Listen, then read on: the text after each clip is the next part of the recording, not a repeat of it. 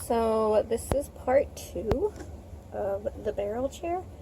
This has had time for the glue to set. So now we're going to glue on the back part, which is going to be what looks like the barrel pieces. And this is just pieces of, again, our brownie box, just cut into strips. Okay.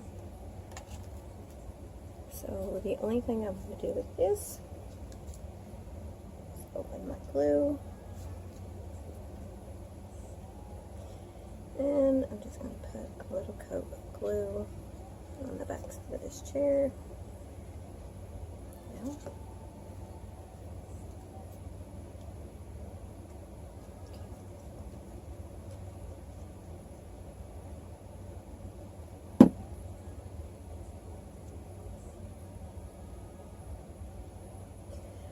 and then I always, for some reason, I like to take the printed part and put in so that the cardboard part is facing out.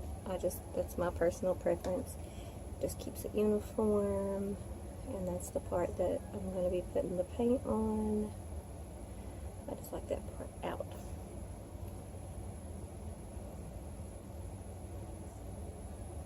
Some of these are going to be a little longer than other parts because, again, I don't really measure.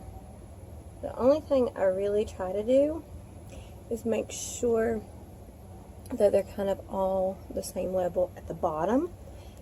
If they're uneven at the top, that's okay because I can fix that easier than I can if they're uneven at the bottom.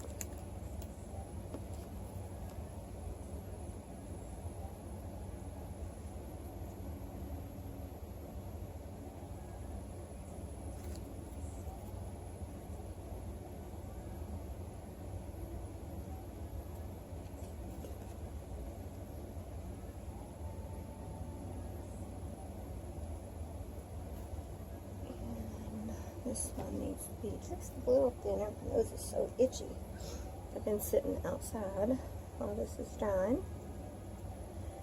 So it's Florida, and I was sitting outside, and the pollen is so bad. It's okay. I will not complain.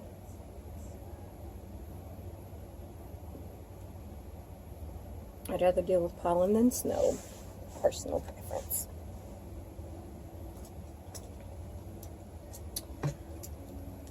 Okay. So, this is my cardstock. This is just a piece of cardstock paper that I got at Michael's, where all their fancy papers are. I just cut a couple of strips off the side that I'm going to use for the bottom once I get it painted. But now I'm just going to cut a strip that's just a little wider, because this is going to be a little band that I'm going to put around the base of my chair that's going to cover all of those, the end of all of my little wood slats. And I think it needs to go about right there.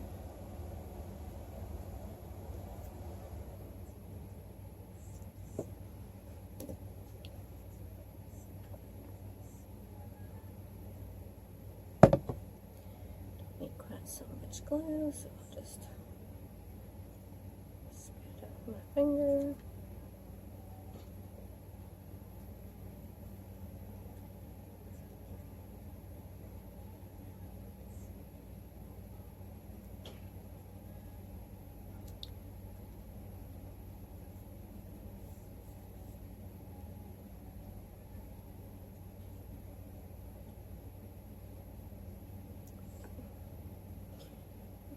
Hold there for just a minute.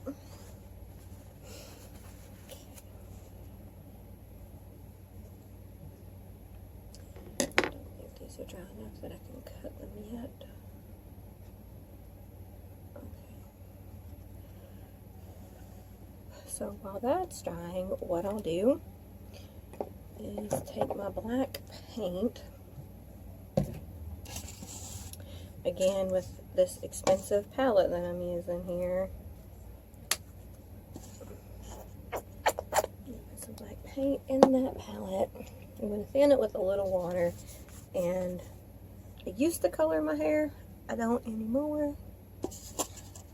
I just let nature take over, so the color that I have is just the color that I have. But this bottle was left over from when I did color my hair.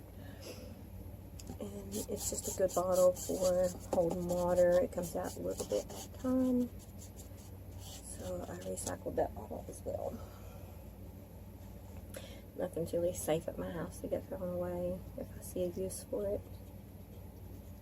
This would probably have been easier if I painted this before I glued it, but this is just the way I did it.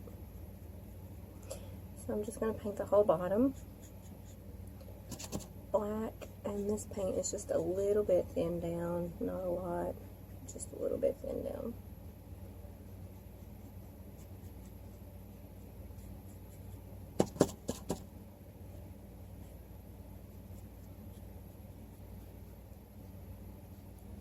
And the only reason I'm thinning it down a little bit is because it's just a little thick, and it's just going to spread easier on my mat board. And these Coffee Star sticks, if it's a little thinner, make it more of a little bit of a wash.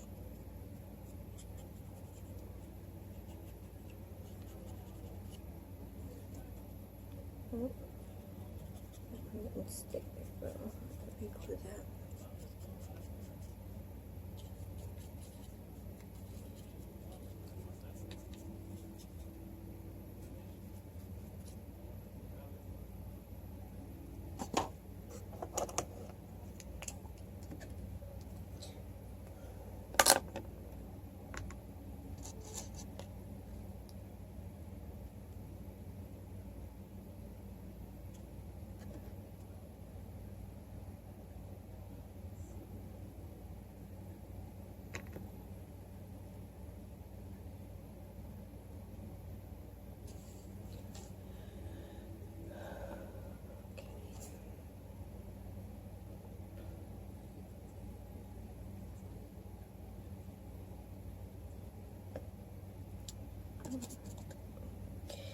And I'm going to also give a little quick coat of paint to the inside seat.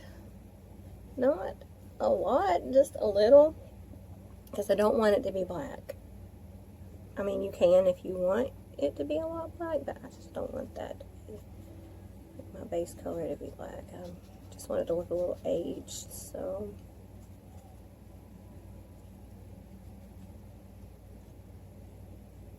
Make it really black around the edges, maybe.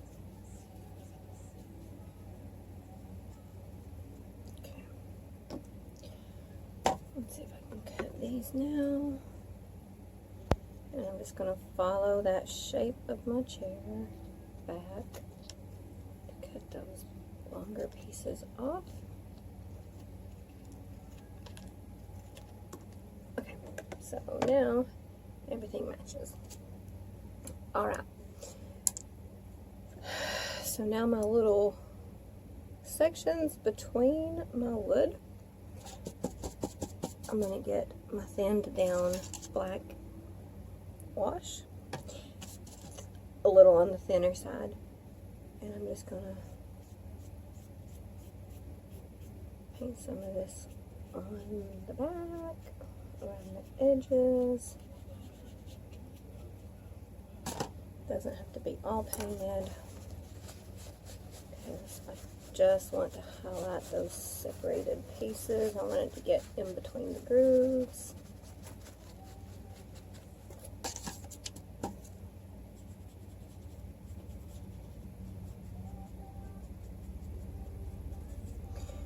Yep. Okay, on this one I ended up painting the whole thing black, so it's okay. It'll be a different look. Alright, let's use burnt sienna today. So we're going to use some burnt sienna. And again, I'm going to use the lid.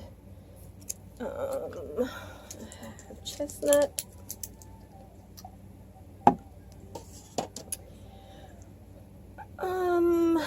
And coffee bean. I kind of do like coffee bean. It's a nice dark color.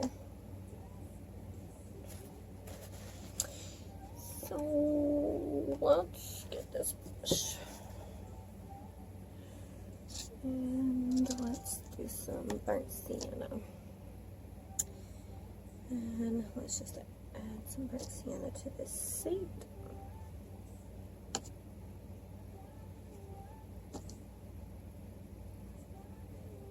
And again, this is where you're just going to use your own creativity, paint it for whatever look you're going for. If you want it to be a certain type of aged wood, if you're trying to match something,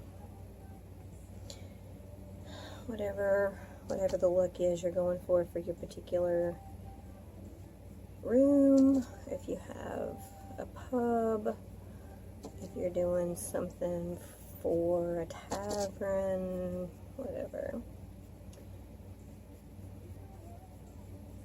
Maybe a dollhouse man cave.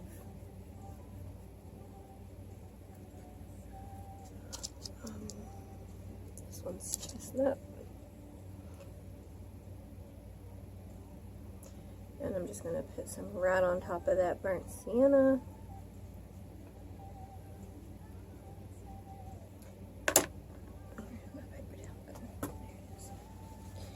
I'm just going to spread that out, blend it in.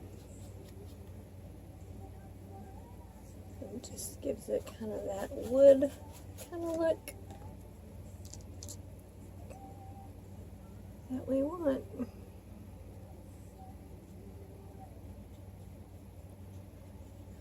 Swirl this in the seat.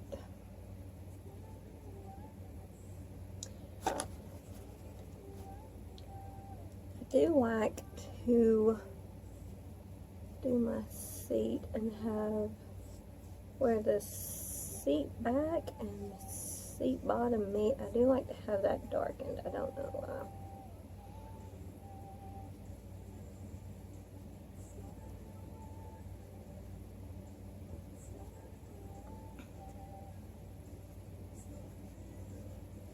You can always go back and hit a little more black on it if you need to.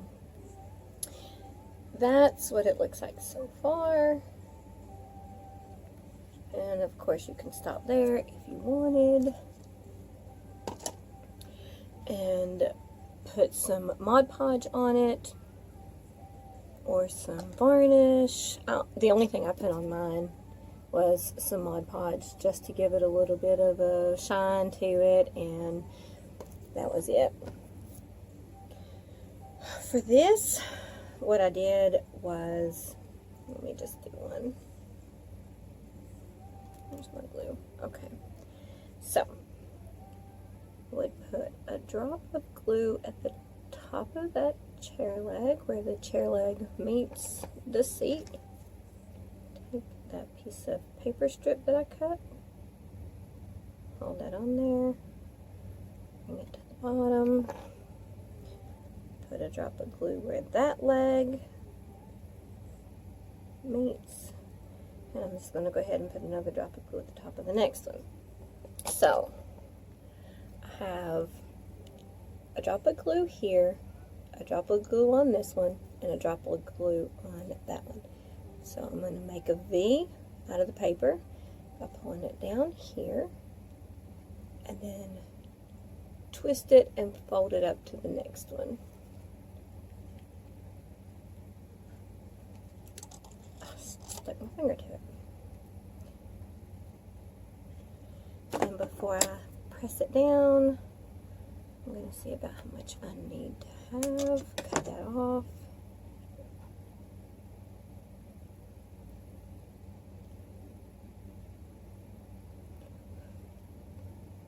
It's not my favorite glue, as we've already determined. And that's what that looks like. See how that, and what I mean when I say make a V, this is on one leg with one drop of glue here, drop of glue at the bottom of the next one, press that in, fold it like that, drop of glue at the top of the next one. So your paper is folded like that from the top of one leg, bottom of the next leg, top of the next one.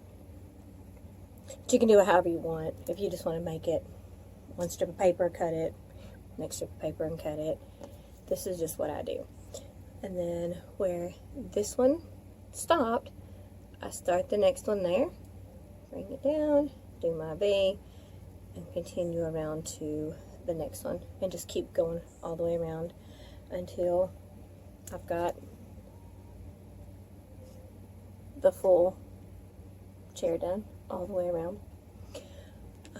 For the back of the chair, once I get the paint and I'm satisfied with it, I'll just put another band here and another band here.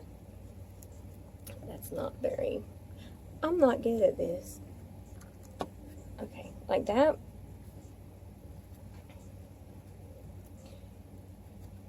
And like that.